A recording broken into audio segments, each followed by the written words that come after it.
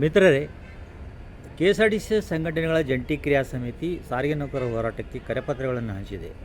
ಸರ್ಕಾರ ಸಾರಿಗೆ ನೌಕರರನ್ನು ಸಮಸ್ಯೆ ಬೇಡಿಕೆಗಳನ್ನು ಸ್ಪಂದಿಸುತ್ತಿಲ್ಲ ಮತ್ತು ಅವರ ಬೇಡಿಕೆಗಳು ಹಾಗೇ ಇರುತ್ತವೆ ಮತ್ತು ಸರ್ಕಾರ ಯಾವುದೇ ಚಕಾರ ಎತ್ತಾ ಇಲ್ಲ.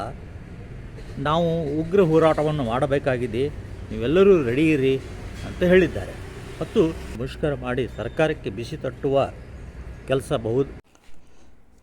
ಸ್ನೇಹಿತರೆ, ಇವತ್ತು ಸಹ ಸಾರಿಗೆ ನೌಕರರ ಕರಪತ್ರ ಹಂಚಿಕೆ ಭರದಿಂದ ಸಾಗುತ್ತಿದೆ.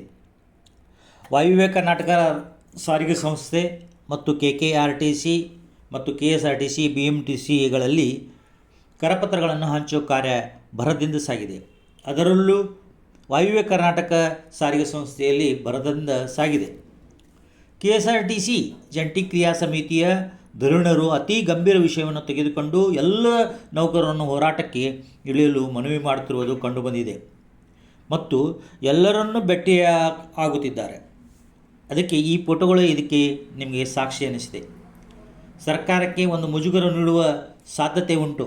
ಎಲ್ಲ ನೌಕರರಲ್ಲೂ ಅಸಮಾಧಾನವಿದೆ, ನೌಕರರ ಆಕ್ರೋಶವಿದೆ. ಇದು ಯಾವ ಮಟ್ಟಕ್ಕೂ ಹೋಗುವುದು ಅನಿಸುತ್ತದೆ. ಏಕೆಂದರೆ ಕಡಿಮೆ ಸಂಬಳ, ಗಗನಕ್ಕೇರಿದ ದಿನಸಿ ಬೆಲೆಗಳು ಇವರ ಕುಟುಂಬ ನಡೆಸಲಿಕ್ಕೆ ತೊಂದರೆ ಆಗ್ತದೆ ಮತ್ತು ನೌಕರರ ಮಕ್ಕಳಿಗೆ ವಿದ್ಯಾಭ್ಯಾಸ ಕೊಡಿಸಲಿಕ್ಕೂ ತೊಂದರೆ ಆಗ್ತದೆ. ಅವರ ಉಪಜೀವನ ಸಾಗಿಸಲು ಕಡಿಮೆ ವೇತನ ಹೇಗೆ ಸಾಧ್ಯ ಅನಿಸುತ್ತದೆ? ಇವರು ದಿನಕ್ಕೆ 8ರಿಂದ 10 ತಾಸುಗಳು ದುಡಿಮೆ, ಆದರೆ ಕಡಿಮೆ ಸಂಬಳ. ಈತ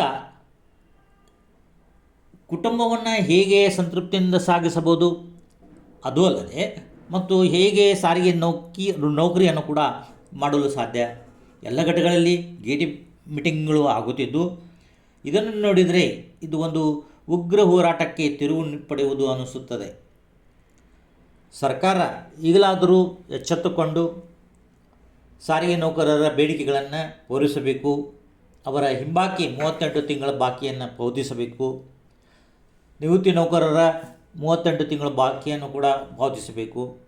1/1/2024ರಿಂದ ಸಾರಿಗೆ ನೌಕರರ ವೇತನ ಪರಿಷ್ಕರಣೆ ಆಗಬೇಕು. ಸನ್ಮಾನ್ಯ ಸಾರಿಗೆ ಮಂತ್ರಿಗಳು, ಸನ್ಮಾನ್ಯ ಮುಖ್ಯಮಂತ್ರಿಗಳು ಈ ದಿಶೆಯಲ್ಲಿ ಕಾರ್ಮಿಕ ಮುಖಂಡರನ್ನು ಕರೆದು ಮಾತಾಡುತ್ತಾರಾ ನೋಡಬೇಕಾಗಿದೆ. ಹೊಸ ವರ್ಷ ಒಂದು ಸಾರ್ವಜನಿಕ ಪ್ರಯಾಣಿಕರಿಗೆ ಏನಾದರೂ ತೊಂದರೆ ಕೊಡಬಹುದಾ ಅನ್ನಿಸೋದು ಒಂದು ಖಚಿತ ಮಾಹಿತಿ ಬರ್ತಾ ಇದೆ. ಹೊಸ ವರ್ಷ ಸಾರ್ವಜನಿಕ ಪ್ರಯಾಣಿಕರಿಗೆ ತೊಂದರೆಯಾಗಬಹುದೇ ಅನಿಸುತ್ತದೆ. ಆದ್ದರಿಂದ ಸರ್ಕಾರ ಈ ಕೂಡಲೇ ಎಚ್ಚೆತ್ತು ಸಾರಿಗೆ ಮುಖಂಡರನ್ನು ಕರೆದು ಸಾರಿಗೆ ನೌಕರರ ಬೇಡಿಕೆಗಳನ್ನು ಪೂರೈಸಲು ನಾನು ವಿನಂತಿಸಿಕೊಳ್ಳುತ್ತೇನೆ. Thank you for watching my video.